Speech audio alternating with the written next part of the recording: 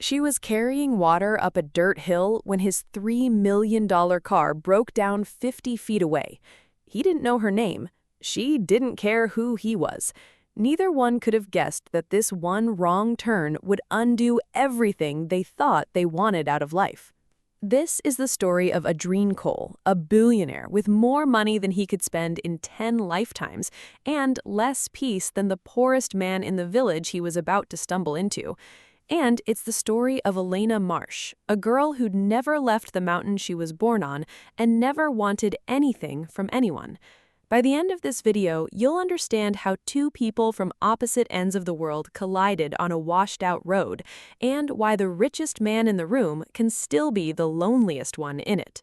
It starts with a car that never should have been on that road in the first place.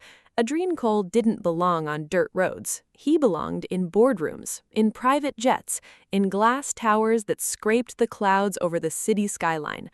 But his driver took a wrong turn outside town, chasing a shortcut that didn't exist.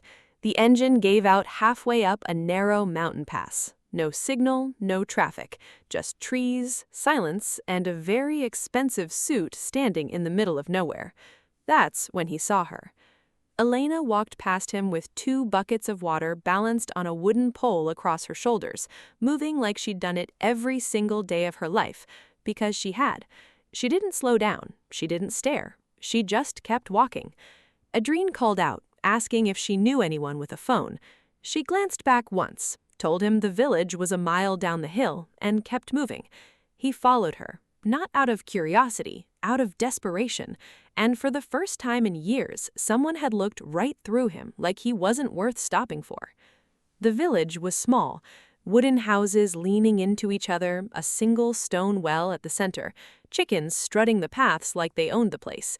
Elena's grandmother took Adrien in without a second thought, the way people do in places where a stranger is still just a guest, not a threat.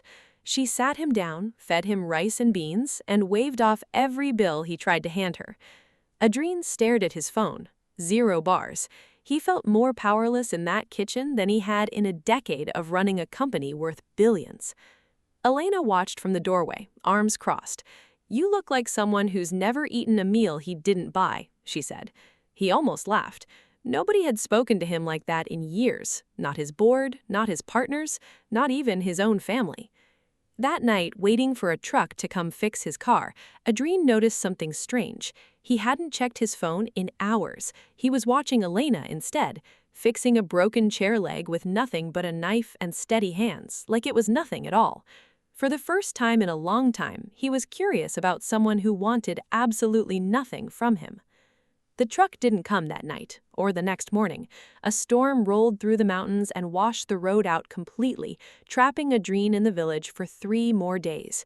He tried not to show how much that unsettled him, a man used to controlling every hour of his own schedule, now at the mercy of mud and weather.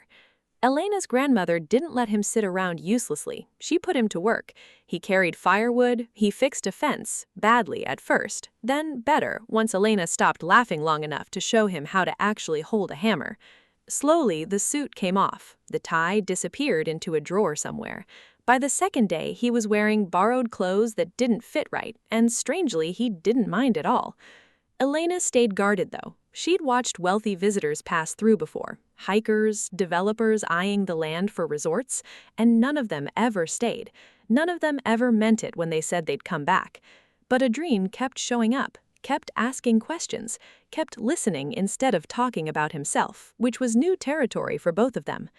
One evening, as the sun dropped behind the ridge, Elena finally asked him the question she'd been circling for days.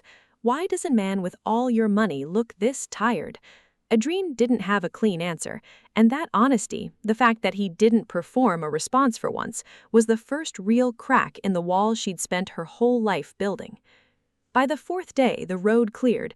A car finally came to take him back to the city. Adrien stood beside it and realized for the first time in years he didn't want to leave.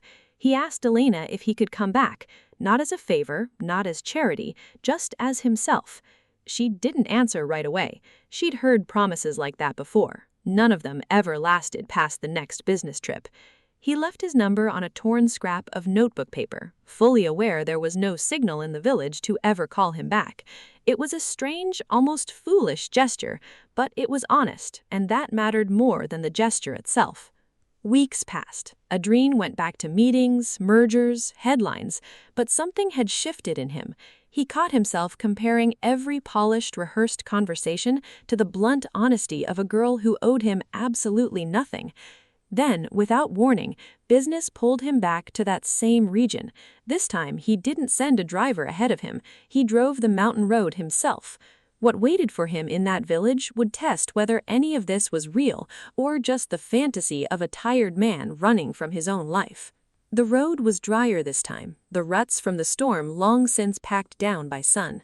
Adrien's hands were tight on the wheel the whole way up. He hadn't felt nervous like this in a boardroom in 15 years.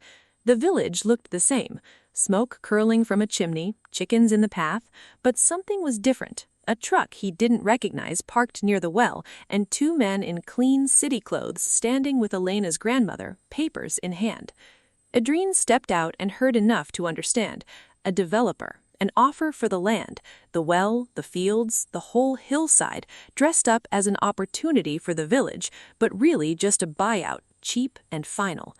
Elena stood a few feet away, arms crossed, jaw set. She looked up and saw Adrien, and for a second something in her face broke open.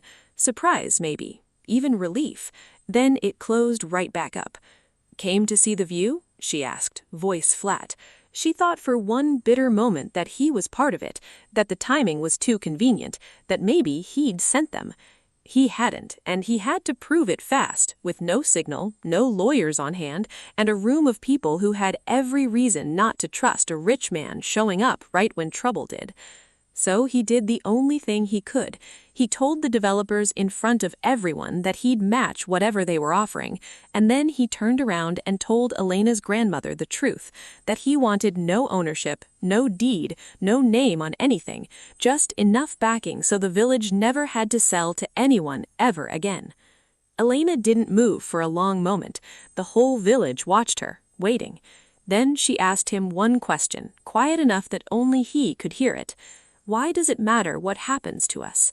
And for once, he didn't dress the answer up. He said the truth plainly, that this was the first place in years that made him feel like a person instead of a portfolio, and he wasn't ready to lose that over a signature on somebody else's paper. The developers left with nothing signed. The village stayed exactly as it was. Wooden houses, one well, chickens that still didn't answer to anybody. Adrien didn't leave that week, or the next. He learned how to split firewood properly. He learned Elena's name for the ridge where the sun set best. And slowly, without either of them announcing it, he stopped being the billionaire who got lost on a mountain road and became just Adrien, the man who stayed. At its heart, this isn't really a story about money at all. It's about what happens when someone finally stops performing his life and starts actually living it, and how the people who want nothing from us are often the ones who end up mattering most. Adrien had every resource in the world, and none of it meant anything until he found something worth showing up for without an agenda. If this story hit you, drop a like and let me know in the comments. Would you have trusted Adrien right away, or would you have been just as guarded as Elena? Subscribe for more stories like this one, and check out our last video if you want another tale about love finding people in the last place they expected it.